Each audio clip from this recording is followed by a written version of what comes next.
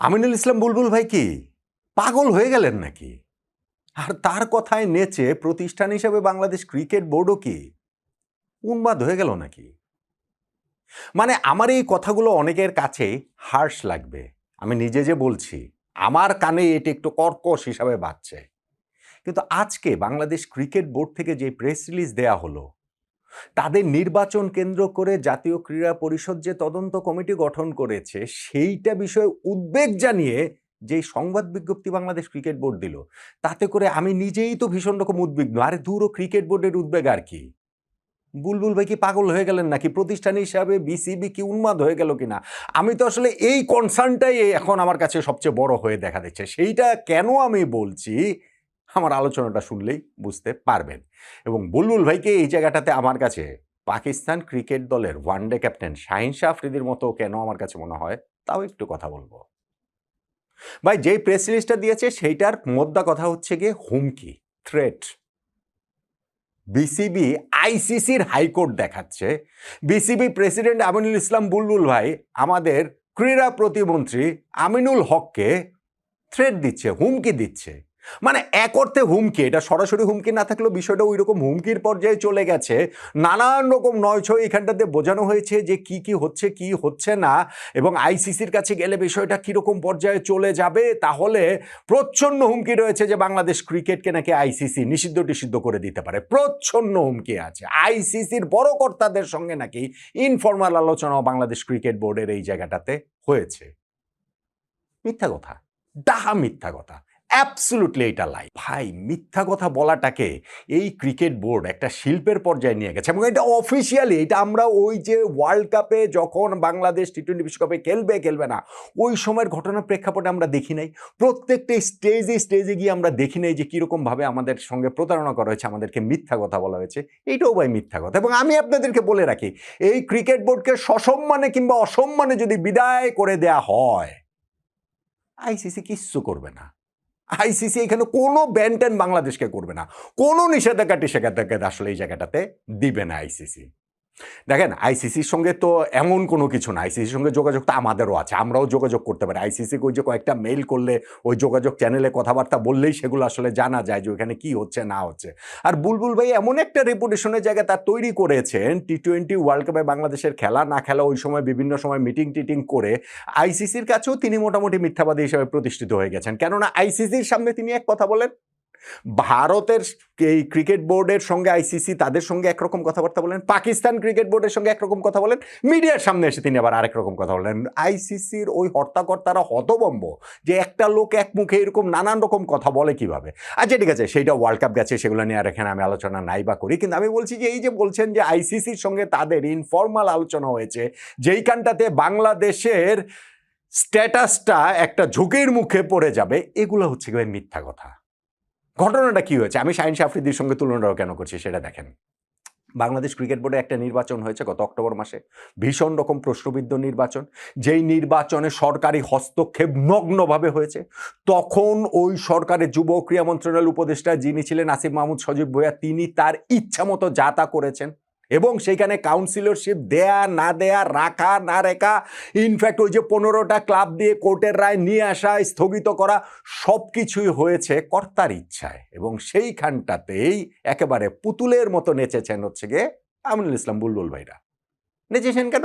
কেননা তিনি টি-20 খেলতে এসে বাংলাদেশ ক্রিকেটের কিসের লোভে কিসের মোহে পড়ে গিয়েছেন যে তাকে টেস্ট খেলতে হবে, তাকে আসলে থাকতেই হবে। ফলে এখানে কোথায় কোন অনিয়ম দুর্নীতি কি হচ্ছে না হচ্ছে ইলেকশন এত কিছু তার জানা দরকার নাই। তিনি আবার প্রেসিডেন্ট হিসাবে জেকে বসতে পারলেই হলো 4 বছরের জন্য। সেই কাজটা হয়েছে। এখন সেই নির্বাচন নিয়ে একটা পক্ষ বয়কট করেছে, তখন থেকেই বলে আসছে যে এটা অবৈধ নির্বাচন। তামিম ইকবাল সহ একটা গোষ্ঠী যারা হচ্ছে ইলেকশন করতে চেয়েছিলেন তারা করেন নাই। এখন যখন সরকার পরিবর্তন হয়েছে তখন তারা ওই দাবির জায়গাটা তাদের আরো জোরালো হবে না যে সেই নির্বাচনে কি অনিয়ম হয়েছে সেগুলো তদন্ত করে দেখা হোক। এবং সেইখানটাতে জাতীয় ক্রীড়া পরিষদ 5 সদস্যের একটা কমিটি তৈরি করেছে, সেই কমিটি গঠন করে যদি এই নির্বাচনকে ফেয়ার হিসাবে তারা রায় দিয়ে দেয়, হয়ে গেল। বুলবুল ভাইদের তো ভয় কিসের? একটা কমিটি করেছে সেই কারণে তাদের হাঁটু কাঁপাকাঁপি কেন শুরু হয়েছে? কেন তারা পাল্টা থ্রেট দিচ্ছেন? তারা এইখানটাতে ওই প্রেস রিলিজটার মধ্যে বলছেন যে এইরকম একটা কমিটি গঠন করা হয়েছে, কিন্তু বিসিবি সবসময় একটা স্বাধীন সংস্থা, এইখানে কোনো রকম কোনো এক্সটার্নাল যদি কোনো হস্তক্ষেপ হয় তাহলে আইসিসি যে কোনো পদক্ষেপ নিতে পারে। বিসিবি যখন ইলেকশন হয়েছিল তখন ওই পদক্ষেপ কেন আইসিসি নেয় নাই? তখন কি সরকারি হস্তক্ষেপ ছিল না? নগ্ন হস্তক্ষেপ ছিল না? অবশ্যই ছিল। আইসিসি তো তখন নেয় নাই, এবং তখন বিসিবি এরকম কোনো প্রেস রিলিজও দেয় নাই। তখন বুলবুল ভাইদের মুখে কোনো কথা ছিল না, তখন ফারুক ভাইদের মুখে কথা ছিল না, তখন পাইলট ভাইদের মুখে কথা ছিল না, রাজদের মুখে কথা ছিল না, ফাইম ভাইদের মুখে কথা ছিল না, মিটু ভাইদের মুখে কথা ছিল না। এখানে কারো নাম উল্লেখ করে নাই, কিন্তু যখন বিসিবি এই ঘটনাটা জানাবে প্রেস রিলিজের মাধ্যমে, অবশ্যই তাদের প্রত্যেকের সায় নিয়েই তো এই জিনিসটা করা হয়েছে না? তো তারা ওই সময় ওই সরকারি হস্তক্ষেপ হয়েছে সেগুলো নিয়ে তাদের কোনো কথা নাই, কিন্তু এখন ওই নির্বাচন প্রক্রিয়াটা কি হয়েছিল সেইটা নিয়ে জাতীয় ক্রীড়া পরিষদ যদি একটা তদন্ত কমিটি করে এবং সেই কমিটি যদি পুরো ঘটনাটা ফ্যাক্ট ফাইন্ড করার চেষ্টা করে ফাইন্ডিংসের জায়গাটা থেকে, তাহলে হচ্ছে কি তাদের একটা আপত্তির জায়গা, এবং তারা হচ্ছে কি থ্রেট দিয়ে দিচ্ছেন। মনে হচ্ছে আমাদের নতুন ক্রীড়া প্রতিমন্ত্রী যিনি হয়েছেন আমিনুল হক, তাকে থ্রেট দিচ্ছেন যে না, বাংলাদেশে এই ক্রিকেট বোর্ডের এই নির্বাচন নিয়ে এগুলো যদি করা হয় তাহলে কিন্তু আইসিসিতে থেকে বাংলাদেশকে নিষিদ্ধ করে দেয়া হবে, ঘন্টা করা হবে, কিছুই করা হবে না, এগুলা কোনো কিছুই হবে না, কোনো আইসিসি নিষিদ্ধ করবে না। তারা যে নির্বাচনটা প্রশ্নবিদ্ধ নির্বাচন করেছেন, তারা যে এই নির্বাচনে অনেক নয়ছয় করেছেন, এবং এই তদন্ত কমিটি গঠন হওয়ার পর তারা যে ওই সত্যের মুখোমুখি হতে হবে, সেই নার্ভাসনেস থেকে তারা এই জাতীয় কথাবার্তা বলছেন, তারা এই জাতীয় প্রেস রিলিজ দিচ্ছেন, এই জাতীয়ভাবে তারা নিজেদেরকে ডিফেন্ড করার চেষ্টা করছেন যে না, এটা ধরা যাবে না, ছোঁয়া যাবে না, এই নির্বাচন নিয়ে কোনো কথা বলা যাবে না। আইসিসি ভাই কিছুই করবে না। আপনি যদি এখন তদন্ত করে দেখা যায় যে সেই নির্বাচন হচ্ছে গিয়ে ঠিকঠাক মতো প্রপারলি হয়, আবার নির্বাচন হবে, প্লেন এন্ড সিম্পল, আবার নির্বাচন হলে অসুবিধা কি? আইসিসির সমস্যাটা কি? সো আইসিসির যে হাইকোর্ট দেখাচ্ছে বিসিবি, এইটা আসলে কিছুই হবে না, বরং এইখানটাতে আমি মনে করি যে তারা বিসিবি একটা স্পোর্টস ফেডারেশন হিসাবে এনএসসির বিপক্ষে বিদ্রোহ ঘোষণা করেছে বলে আমার কাছে মনে হয় এই প্রেস রিলিজের মাধ্যমে। ক্রীড়া প্রতিমন্ত্রী আমিনুল হকের বিপক্ষে বিসিবি প্রেসিডেন্ট আমিনুল ইসলাম বুলবুল বিদ্রোহ ঘোষণা করেছেন বলে আমার কাছে মনে হয়, কেননা তারা থ্রেট দিচ্ছেন পরোক্ষে যে বিসিবি নির্বাচন নিয়ে যদি কিছু করা হয় ওই তদন্ত কমিটি সেই ক্ষেত্রে হচ্ছে গিয়ে আইসিসি নাকি বাংলাদেশের স্থিতিশীলতার ব্যাপারে একটা তারা যে কোনো পদক্ষেপ নিতে পারে, মানে পরোক্ষে বোঝাচ্ছেন বাংলাদেশকে আসলে হচ্ছে গিয়ে ইন্টারন্যাশনাল ক্রিকেট থেকে ব্যান করে দিতে পারেন। এত ভয় কিসের? এবং আমি যে জিনিসটা বলছিলাম যে শাহিন শাহ আফ্রিদির মতো করছেন আমাদের এই আমিনুল ইসলাম বুলবুল ভাই, সেইটা কেন বলছিলাম, ওই যে পাকিস্তানিরা কয়েকদিন ধরে খুব ক্রিকেটের চেতনা আমাদের শিখালো না? মেহেদী হাসান মিরাজ যে সেই রান আউটকে কেন্দ্র করে সালমান আলী আগাকে, ওমা পরের ম্যাচটাতে জাস্ট 2 দিন পরেই দেখি আবার ওই শাহিন শাহ আফ্রিদি তাদের ক্যাপ্টেন, তিনি যখন একটা চোট্টামি করতে গিয়ে ধরা পড়ে গিয়েছেন, ওই যে লাস্ট ওভারে গিয়ে আম্পায়ার যে হোয়াইট কলটা করেছেন, তিনি তো জানেন তার ব্যাটে লেগেছে, ফলে যখন বাংলাদেশ রিভিউ নিয়েছে এলবিডব্লিউর জন্য রিভিউ নেওয়ার কথা না, কিন্তু বাংলাদেশ স্মার্টলি সেটা নিয়েছে, কেননা সেই ক্ষেত্রে গেলে ওই হোয়াইটটা যদি সত্যি ব্যাটে বা পায়ে লাগে, হোয়াইটটা হচ্ছে গিয়ে ওইখান থেকে হিসাব থেকে মানে বাদ পড়ে যাবে। তো সেইটা নেওয়ার সাথে সাথে শাহিন শাহ আফ্রিদি সে কি রাগ, মনে হয় যেন তারা চুরি করবেন সেই অধিকার তাদের রয়েছে, চোরদের চুরি করার অধিকারটা দিতে হবে। তা আমিনুল ইসলাম বুলবুল ভাইদের অবস্থা এখন দেখি ওই রকম, যে ইলেকশনটা আমরা প্রশ্নবিদ্ধ নির্বাচন করব, কিন্তু সেই প্রশ্নবিদ্ধ নির্বাচন করার অধিকার আমাদের দিতে হবে, সেই নির্বাচনে আমরা অনেক নয়ছয় করব, সেই নয়ছয় করার অধিকার আমাদের দিতে হবে, সেই নয়ছয় ইলেকশন নিয়ে কোনো তদন্ত করা যাবে না। মানে ওই যে রাষ্ট্রীয় পর্যায়ে যেমন ইন্ডেমনিটি দিয়ে দেওয়া হয়, তো তাদের এই নির্বাচনের ব্যাপারটাও কি ইন্ডেমনিটির মধ্যে কি আওতায় নিয়ে আসা হবে নাকি, যে না ঠিক আছে এটা নিয়ে ধরা যাবে না, ছোঁয়া যাবে না, কথা বলা যাবে না, এই নির্বাচন যা হয়েছে সেইটাই হবে, এটা কি হয় নাকি?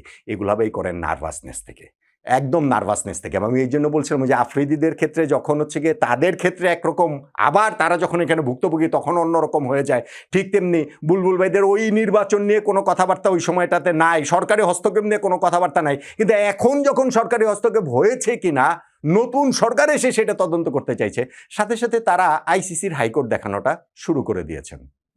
আমি আপনাদেরকে দায়িত্ব নিয়ে অনেক দিন ধরেই মানে আবারও 2টা কথা বলতে চাই। একটা তো হচ্ছে 12 ফেব্রুয়ারি নির্বাচনের পর থেকে আমি বলেছি না, এই ক্রিকেট বোর্ড থাকবে না, আমি আবারও বলছি এই ক্রিকেট বোর্ড থাকবে না, ফুল স্টপ। আমি বলেছিলাম ক্রিকেট বোর্ড 4 বছরের জন্য নির্বাচিত হয়েছে, কিন্তু ন্যাশনাল ইলেকশনের পরে 4 মাস এই ক্রিকেট বোর্ড থাকবে না। ন্যাশনাল ইলেকশনের পরে 1 মাস গেছে, যেতে দেন আরো 3 মাস, দেখেন এই ক্রিকেট বোর্ড থাকে কি থাকে না। নাম্বার 1, আমি আবারও বলছি, এই ক্রিকেট বোর্ড থাকবে না। নাম্বার 2, আইসিসির সঙ্গে বিসিবি ইনফর্মাল কথা বলেছে এবং সেইখানটাতে আইসিসি তাদের কনসার্ন জানিয়েছে যে বাংলাদেশের এই যে স্ট্যাটাস নিয়ে একটা মানে জটিলতার জায়গা তৈরি হতে পারে। এটা ভাই ডাহা মিথ্যা কথা, এটা ডাহা ভুয়া কথা। নাম্বার 3, আইসিসি কিচ্ছু করবে না এই ক্রিকেট বোর্ডকে সসম্মানে কিংবা অসম্মানে বিদায় করে দিলে। কেননা এই ক্রিকেট বোর্ড বাংলাদেশের টি-20 বিশ্বকাপ খেলা না খেলা নিয়ে যেই কাজটা করেছে, যেইভাবে হচ্ছে গিয়ে ডাবল স্ট্যান্ডার্ড তাদের দেখা গিয়েছে, আইসিসির সঙ্গে একরকম, মিডিয়ার সঙ্গে একরকম, সেইখানটাতে এই আইসিসির এই বাংলাদেশ ক্রিকেট বোর্ডের প্রতি কোনো দরাদ টরদ কোনো কিছুই আসলে নেই। এবং নাম্বার 4, আমার কাছে যেটা মনে হয় যে একেবারে নার্ভাসনেস থেকেই এই ক্রিকেট বোর্ড এই কাজগুলো করছে। আমিনুল ইসলাম বুলবুল ভাই তিনি আবার এই কাজগুলোতে খুবই মাস্টার। তার ভাই আইসিসিতেও যে 3 মাস যদি করে দিয়ে চলে যেতেন, আইসিসিতে তার জন্য একটা চাকরি ছিল। এখন কিন্তু এই ক্রিকেট বোর্ড ভেঙে টেঙে গেলে আইসিসিতেও তিনি চাকরি পাবেন না, পুরনো জায়গায় যেতে পারবেন না, যেই ঘটনা তিনি ঘটিয়ে রেখেছেন বাংলাদেশকে টি-20 বিশ্বকাপে না খেলা সংক্রান্ত ওই সময়টাতে। ফলে আমি মনে করি যে যেই জিনিসটা হয়েছে এই প্রেস রিলিজের মাধ্যমে পুরোটা একটা হাস্যকর ব্যাপার হয়েছে এবং আমার কাছে মনে হয় যে ক্রিকেট বোর্ড যে উদ্বেগ জানিয়েছে এই তদন্ত কমিটির বিষয়ে, আমি বরং পাল্টা উদ্বেগ জানাতে চাই আমিনুল ইসলাম বুলবুল ভাইদের মানসিক স্বাস্থ্য নিয়ে। বাংলাদেশ ক্রিকেট বোর্ডের পরিচালক, সংশ্লিষ্ট সবাই, তারা কি আসলে বদ্ধ উন্মাদ হয়ে গেছে? তা না হলে জাতীয় ক্রীড়া পরিষদের বিপক্ষে, ক্রীড়া প্রতিমন্ত্রী আমিনুল হকের বিপক্ষে এরকম বিদ্রোহের ঘোষণা এই চিঠির মাধ্যমে তারা দেনটা কিভাবে বলে?